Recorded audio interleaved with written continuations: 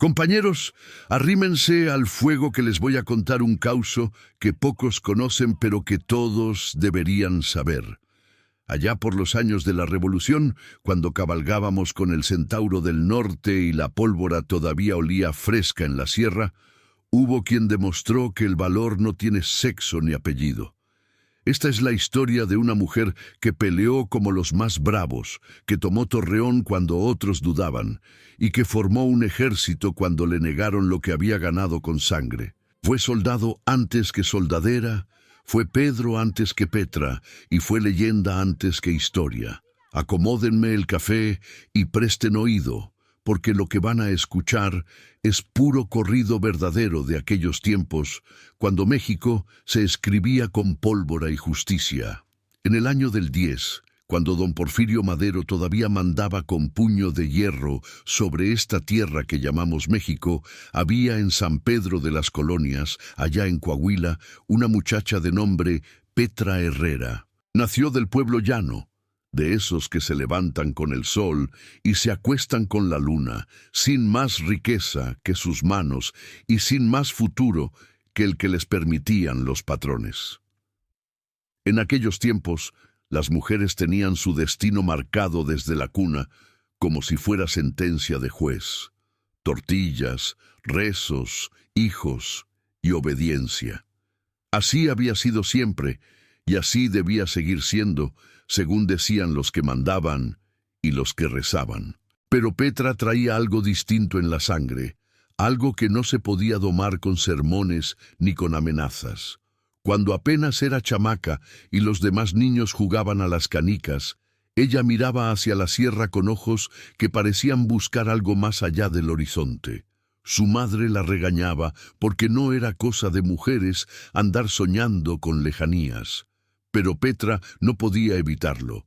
En su pecho latía un corazón que no entendía de límites ni de costumbres. Cuando estalló la revolución en 1910, cuando Madero llamó al pueblo a levantarse contra la dictadura, Petra sintió ese llamado como si fuera trueno en su propia alma. Vio cómo sus hermanos se fueron a la bola, cómo los muchachos del pueblo se sumaban a las partidas revolucionarias, y ella supo que su lugar no estaba en el metate, sino en la batalla. Pero había un problema grande como catedral y cruel como desierto. Las mujeres no peleaban. Las mujeres seguían a la tropa, sí, cargaban municiones, curaban heridos, cocinaban frijoles y tortillas, acompañaban a sus hombres de campamento en campamento, pero no empuñaban el rifle de frente. Esa era la ley no escrita de la revolución. Esa era la costumbre que nadie cuestionaba. Los generales querían soldados, no soldaderas en primera línea. Y Petra, mirando esa realidad con ojos que no aceptaban derrotas, tomó una decisión que cambiaría su vida y la historia. Si no la dejaban entrar como mujer, entraría como hombre. Una madrugada del año 13, Petra se cortó las trenzas que le llegaban a la cintura. Las dejó caer al suelo como quien se desprende de cadenas viejas. Se vistió con pantalones de manta, camisa de algodón, sombrero ancho y botas gastadas. Se amarró el pecho con fajas para esconder su figura. Cambió su voz, su caminar, su manera de mirar al mundo, y cuando llegó al campamento de la División del Norte, ya no era Petra Herrera, sino Pedro Herrera, un muchacho joven que quería sumarse a las fuerzas del general Francisco Villa. Los oficiales la miraron de arriba abajo, buscando en ese rostro lampiño alguna señal de cobardía o debilidad.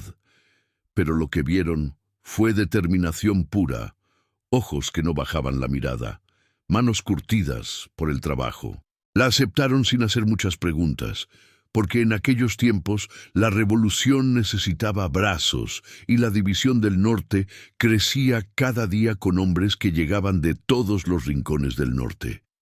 Pedro Herrera se integró a la tropa con paso firme.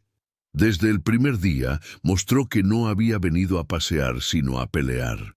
Aprendió a manejar el rifle con precisión que dejaba mudos a los veteranos. Cabalgaba mejor que muchos de los que presumían años en la silla. Y cuando llegaba la hora de la acción, ese muchacho delgado y lampiño se convertía en fiera que no conocía el miedo.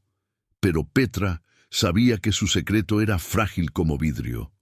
Cada mañana, antes de que los demás despertaran, se levantaba en la oscuridad y fingía rasurarse la cara con navaja y agua, pasando la hoja por mejillas que nunca conocerían barba. Decía que apenas le estaba brotando el bozo, que todavía era muy joven para tener pelo tupido. Los compañeros se reían y le gastaban bromas, pero nadie sospechaba la verdad. En el campamento, Pedro se hacía respetar con hechos, no con palabras. Pasaron los meses y Pedro Herrera fue ganándose un lugar entre los dorados. Participó en escaramuzas, en tomas de pueblos, en combates que dejaban el campo sembrado de casquillos y memorias. Y fue en esas batallas donde descubrió su verdadero talento, la dinamita. Pedro aprendió a volar puentes con precisión de relojero, a calcular las cargas justas para tumbar estructuras sin desperdiciar explosivos. Esa habilidad lo convirtió en pieza valiosa para la División del Norte. En las noches, cuando los soldados se juntaban alrededor del fuego a contar historias y a fumar tabaco, Pedro se quedaba en la orilla, escuchando, pero sin hablar mucho. Sabía que cada palabra era riesgo, que cualquier descuido podía delatarlo. Pero también sentía orgullo profundo, porque estaba haciendo lo que había soñado. Peleaba por México, por la justicia, por un país donde los de abajo pudieran levantar la cara.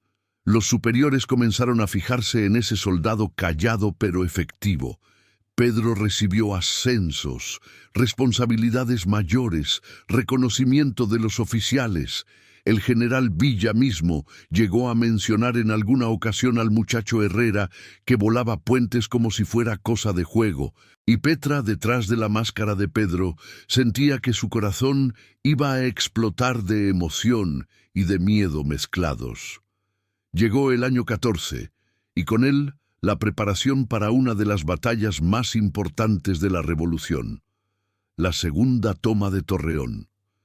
Esa ciudad era llave estratégica del norte, codiciada por federales y revolucionarios. El general Villa planeaba tomarla y necesitaba a todos sus mejores elementos. Pedro Herrera fue seleccionado para participar en la vanguardia, en las operaciones más peligrosas. Era reconocimiento a su valor, pero también prueba de fuego que podía costarle la vida.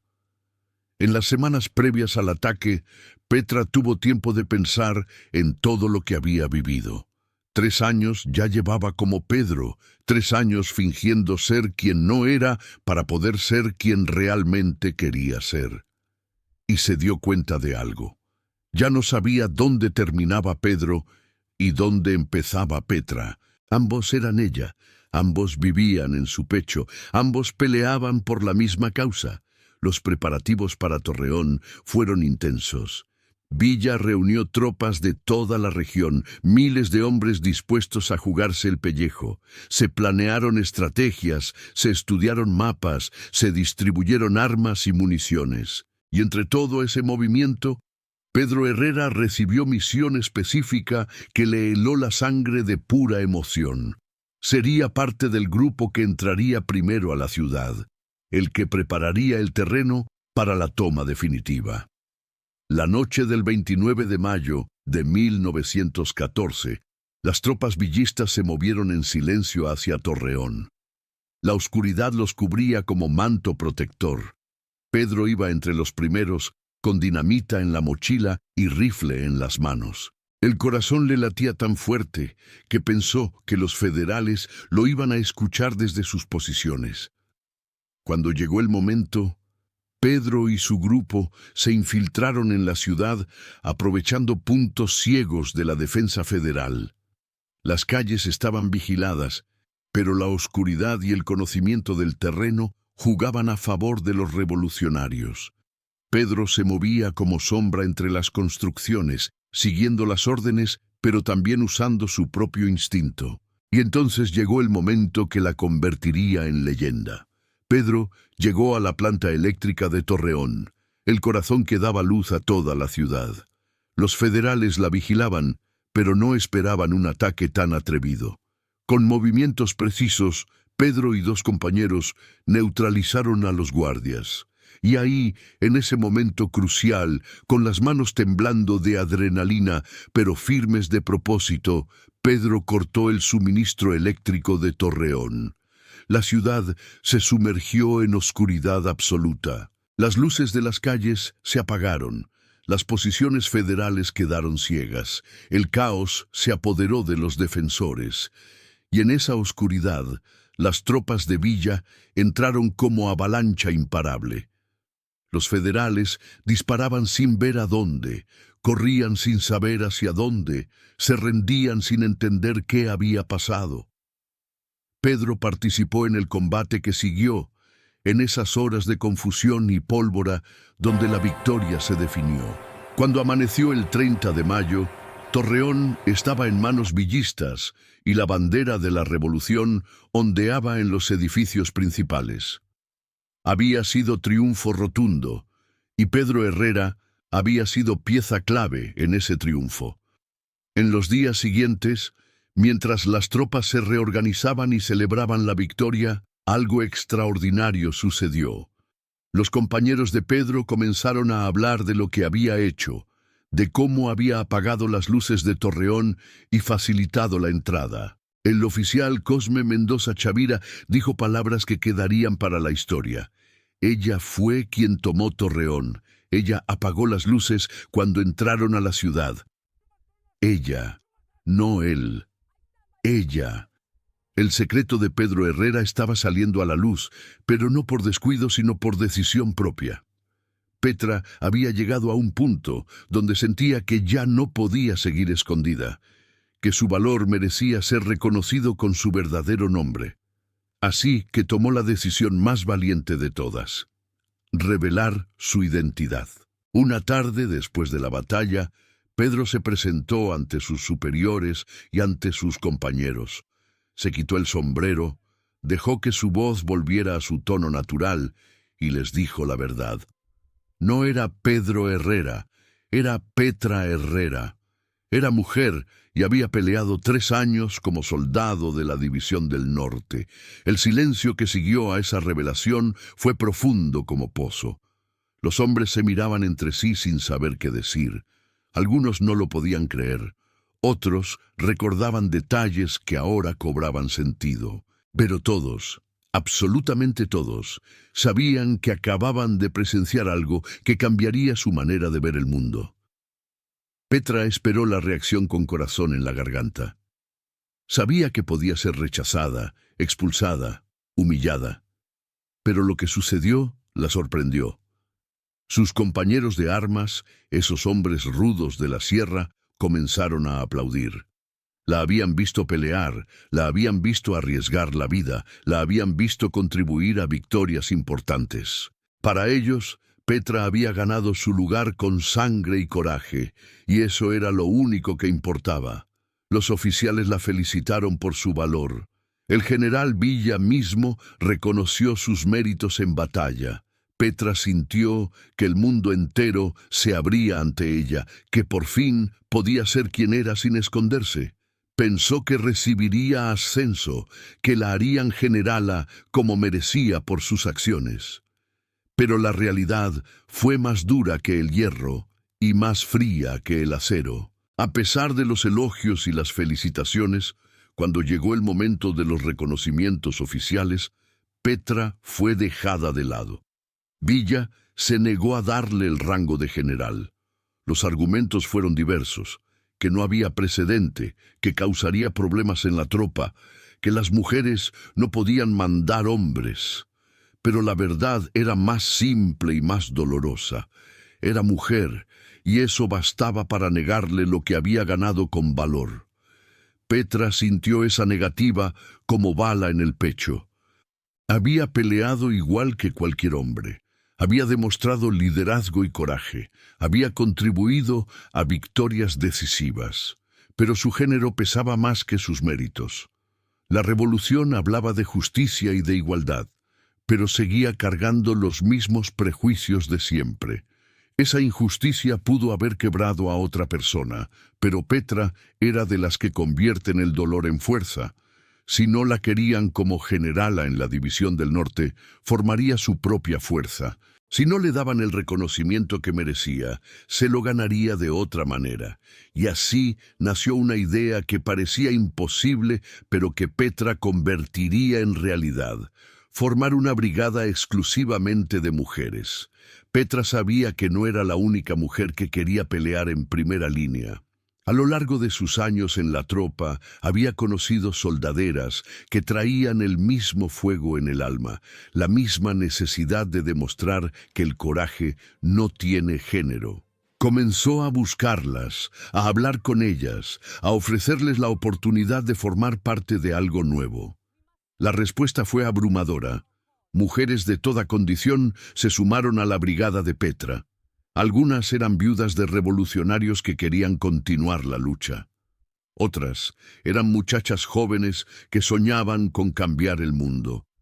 Había las que habían sido soldaderas toda su vida y estaban cansadas de quedarse en la retaguardia. Y todas, absolutamente todas, estaban dispuestas a demostrar que podían pelear tan bien como cualquier hombre. La brigada creció hasta tener entre 300 y 400 mujeres, aunque algunos testigos hablaban de hasta 1000. Era ejército formidable, disciplinado y leal. Petra las entrenaba con rigor, les enseñaba todo lo que había aprendido en años de combate. Les mostraba a manejar rifles, a moverse en formación, a usar la dinamita.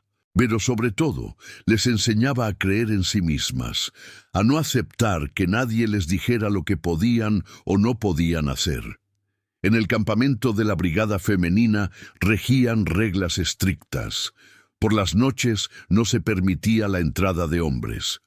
Cualquiera que intentara cruzar el perímetro sin autorización recibía disparo de advertencia, y si insistía, el siguiente no era de advertencia.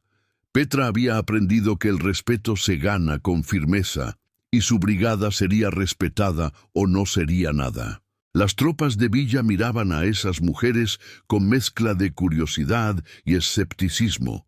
Algunos las apoyaban, otros se burlaban, pero cuando llegó el momento de entrar en combate, todas las burlas se callaron.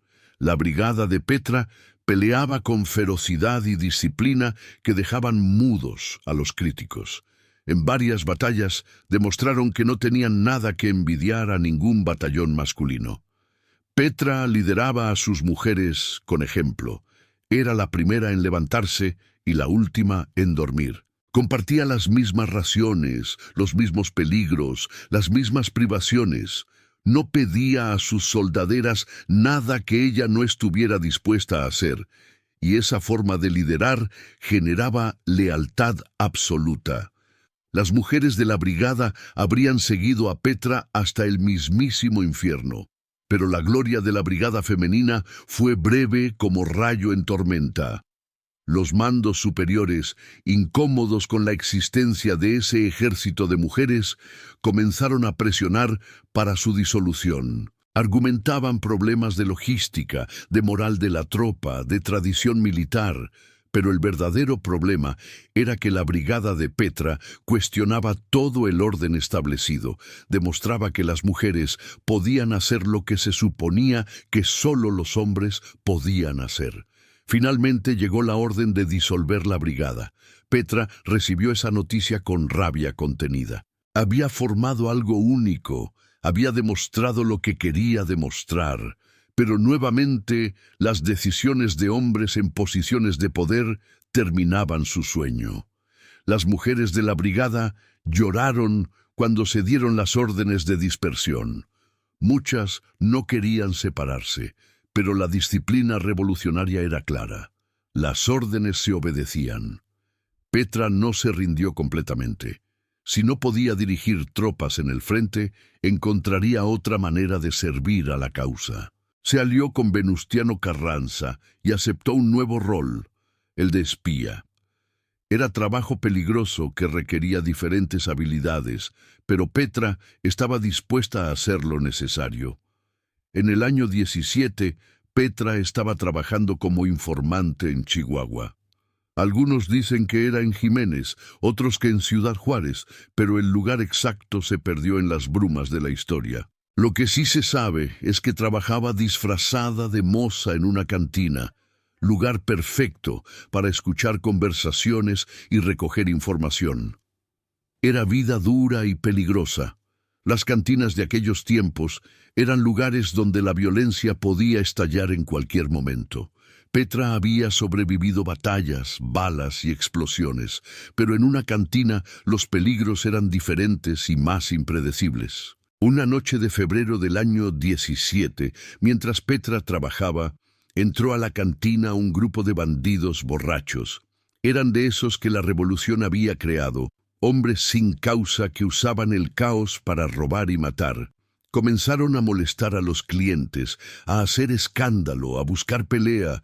Petra intentó mantener la calma y seguir con su trabajo, pero los bandidos se fijaron en ella. Comenzaron a insultarla, a faltarle el respeto. Petra, que había mandado cientos de mujeres en batalla, que había volado puentes y tomado ciudades, tuvo que aguantar humillaciones de borrachos cobardes. Pero hay límites que no se pueden cruzar. Cuando uno de los bandidos intentó propasarse, Petra reaccionó con la fiereza que siempre había tenido. Hubo forcejeo, gritos, confusión, y entonces sonaron los disparos. Los bandidos le dispararon varias veces. Petra cayó herida, sangrando, pero no muerta. Otros clientes de la cantina intervinieron, y los bandidos huyeron en la oscuridad. Petra fue llevada para que le curaran las heridas, pero en aquellos tiempos y en aquellos lugares la medicina era precaria. Durante días, Petra luchó contra las heridas y la infección. Su cuerpo, que había resistido tanto, peleaba por sobrevivir una vez más. Pero las heridas se infectaron y el veneno comenzó a recorrer su sangre. El 14 de febrero de 1917, Petra Herrera dejó de respirar. Tenía apenas 29 años. Su cuerpo fue enterrado en algún lugar de Chihuahua, sin honores militares, sin reconocimiento oficial, sin los rangos que había ganado con sangre. La mujer que había apagado las luces de Torreón, que había formado un ejército de mujeres valientes, que había demostrado que el coraje no tiene género, murió en el olvido y en la injusticia. Pero la muerte del cuerpo no es la muerte de la leyenda. Los compañeros que habían peleado junto a Pedro Herrera, las mujeres que habían servido bajo el mando de Petra, los testigos de sus hazañas, comenzaron a contar su historia. En las cantinas y en los campamentos, alrededor del fuego y bajo las estrellas, el nombre de Petra Herrera empezó a crecer. Los corridistas, esos poetas del pueblo que convierten la historia en canción, recogieron su historia. Nacieron corridos que hablaban de la valiente Petra Herrera, de cómo en el fragor del combate nunca se doblegó ni se abatió. Los versos decían: la valiente Petra Herrera al combate se lanzó, siendo siempre la primera, ella el fuego comenzó. Su nombre apareció en corridos, sobre la toma de Torreón, en canciones sobre el general Lojero, en versos que celebraban al ejército liberador. Era reconocimiento popular, el único que realmente importaba, porque venía del pueblo por el que había peleado. Los años pasaron y México cambió. La revolución terminó, vinieron gobiernos nuevos, se escribieron historias oficiales, pero en esas historias Petra Herrera era apenas nota al pie cuando aparecía. El general Villa, dicen algunos, deliberadamente ocultó su participación porque no quería admitir que una mujer había sido clave en sus victorias. La historia oficial prefería hablar de la Adelita, la soldadera enamorada que seguía a su sargento. Era imagen más cómoda, más tradicional, más aceptable para una sociedad que todavía no estaba lista para aceptar que las mujeres podían ser guerreras y líderes. Petra era demasiado revolucionaria incluso para la revolución. Pero las leyendas no se pueden matar con silencios ni con olvidos. En las comunidades del norte, las abuelas seguían contando a sus nietas la historia de Petra Herrera. Las madres la usaban como ejemplo de que las mujeres podían ser lo que quisieran ser. Y poco a poco, contra la corriente de la historia oficial, el nombre de Petra comenzó a resurgir. A finales del siglo XX, cuando México empezó a reexaminar su historia y a buscar las voces que habían sido silenciadas, Petra Herrera emergió del olvido. Historiadoras feministas la rescataron, académicos investigaron su vida, artistas la convirtieron en símbolo. La mujer que había sido borrada de los libros de historia comenzó a recuperar su lugar. Hoy, más de 100 años después de que apagara las luces de Torreón, Petra Herrera es reconocida como una de las figuras más importantes de la Revolución Mexicana. Es símbolo de la lucha de las mujeres por la igualdad, ejemplo de que el género no determina el valor, prueba de que la historia está llena de heroínas que esperan ser descubiertas. Su legado vive en cada mujer que se niega a aceptar límites impuestos por otros. Vive en cada persona que lucha por justicia a pesar de que el mundo le diga que no puede. Vive en cada acto de valentía que desafía las normas establecidas. Petra Herrera demostró que una mujer podía pelear como el más bravo, liderar como el mejor general y cambiar la historia aunque le negaran el reconocimiento.